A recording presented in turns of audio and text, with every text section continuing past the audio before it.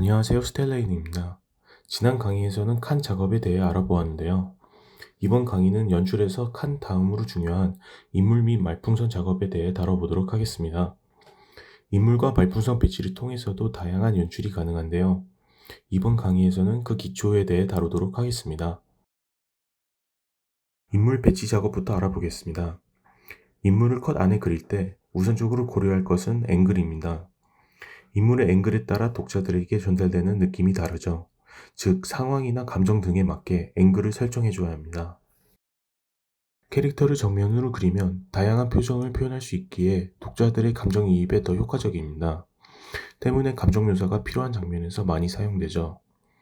또한 대사가 없이 그림과 상황만으로 감정을 전달할 때에도 정면으로 그려주시는 게 좋습니다. 캐릭터를 측면으로 그리는 것은 사실 그리기 편하다는 것이 가장 큰 이점입니다. 때문에 감정 묘사보다는 배경 묘사가 더 중요하거나 대사가 많은 경우 측면으로 그려 효율성을 높일 수 있습니다. 독자가 아래서 인물을 바라보는 앵글은 캐릭터의 위화감을 조성하고 캐릭터의 권위적인 모습을 보여주기도 하죠. 반대로 독자 위에서 인물을 바라보는 앵글은 캐릭터와 행동을 더 직관적으로 볼 수 있게 되고 상황을 전달하기에 적합합니다. 다음은 말풍선 작업에 대해 알아보겠습니다. 상황에 따라 알맞는 말풍선을 사용하기 위해서는 모든 말풍선 종류에 대해 완벽하게 알고 있는 것이 중요합니다. 말풍선의 종류에는 일반, 외치기, 생각, 통화, 나레이션 이렇게 총 5가지로 크게 나눌 수 있습니다. 일반 말풍선은 일반적인 선으로 그리는 것으로 형태의 변화를 줘서 다양한 말풍선을 구현할 수 있습니다. 작가가 연출을 위해 가장 변화를 많이 줄 수 있는 말풍선으로 최근에는 다양한 시도가 진행되고 있습니다.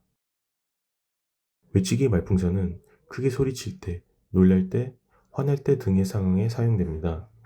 외치기 말풍선은 일반 말풍선에서 변형된 것이기 때문에 일반 말풍선과 헷갈릴 우려가 있습니다. 때문에 일반 말풍선과는 확실히 구별해서 그려주셔야 합니다. 생각 말풍선은 종류가 2가지가 있는데 말풍선 꼴이 있는 말풍선과 없는 말풍선 이렇게 2개가 있습니다. 상황에 따라 적절히 사용해 주시면 됩니다. 통화 말풍선은 전화통화 혹은 방송 등의 대사에 사용됩니다. 일반 말풍선과 구별해야 된다는 것을 꼭 기억해야 됩니다. 일반 말풍선과 구별하지 않게 되면 독자들은 화자가 누군지 매우 헷갈리게 되죠. 이는 자주 등장하는 실수로 각별히 주의를 해주셔야 합니다. 마지막으로 나레이션 말풍선입니다. 보통 직사각형의 형태를 띠며 상황 속에서 화자가 직접 속으로 생각할 때 사용하는 생각 말풍선과는 구별해 주셔야 합니다. 나레이션 말풍선은 특정 등장인물 혹은 작가가 상황 밖에서 무언가를 설명하거나 회상하는 경우에 사용됩니다. 어떤 종류의 말풍선을 사용할지 결정이 되면 본격적으로 그려야죠. 보통 작가 지망생들에게 콘티 작업을 요청하면 캐릭터를 먼저 그린 후에 말풍선을 그립니다. 캐릭터를 먼저 그리게 되면 말풍선 공간이 부족할 경우 대사를 줄여야 합니다. 대사를 줄이는 것은 스토리에 영향을 끼칠 뿐만 아니라 의미 혹은 의도가 제대로 전달되지 않을 가능성이 높아지기에 무조건 피해 주셔야 합니다. 때문에 말풍선과 대사를 먼저 작업하고 남은 공간에 캐릭터와 배경 등을 적절히 조절해서 작업하는 것이 이상적입니다. 다음으로 말풍선과 대사 사이에 공백을 주는 것을 꼭 기억해 주시길 바랍니다. 대사가 독자들한테 잘 보이기 위해서는 말풍선의 적절한 공백은 필수입니다. 콘티 작업할 때 이런 디테일을 생략하는 경우가 많은데 콘티 단계에서 이 부분을 신경 쓰지 않는다면 나중에 말풍선을 모두 늘려야 하는 상황이 발생할 수 있고 이에 따라 컷 자체를 다시 그려야 하는 경우도 있습니다.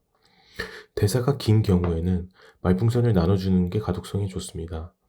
말풍선을 2개로 나눈 후 예시로 보이는 형태로 붙여줌으로써 독자들에게 중간에 쉴 수 있는 호흡을 제공할 수 있습니다.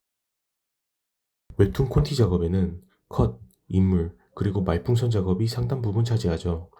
이 3가지 연출에 대한 기초를 익혔다는 것은 웹툰 작가로서 첫 걸음을 내디딘 것과 같습니다.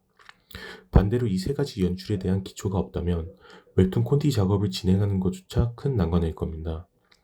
이번에 다룬 연출들은 웹툰 작가가 다루는 기초적인 연출 방식들로 본인만의 색깔 있는 연출을 보여주기 위해서는 더욱 다양한 방식의 연출을 연구할 필요가 있습니다. 새로운 연출 시도를 작가들이 끊임없이 시도하는 이유이기도 하죠. 이러한 새로운 시도에 독자들은 흥미를 느끼며 작가는 작가만의 특색 있는 연출로 팬층을 확보할 수 있죠. 웹툰 작가 지망생의 경우 이러한 새로운 시도를 하기 전에 본 강의에서 다룬 기초적인 연출 방식들을 익히는 게 우선입니다. 그럼 이번 강의는 여기서 마무리하도록 하겠습니다. 지금까지 웹툰 작가 커리큘럼을 시청해주셔서 감사드리며 다음에는 더 심층적인 강의로 다시 찾아뵙겠습니다. 마지막까지 시청해주셔서 감사드립니다.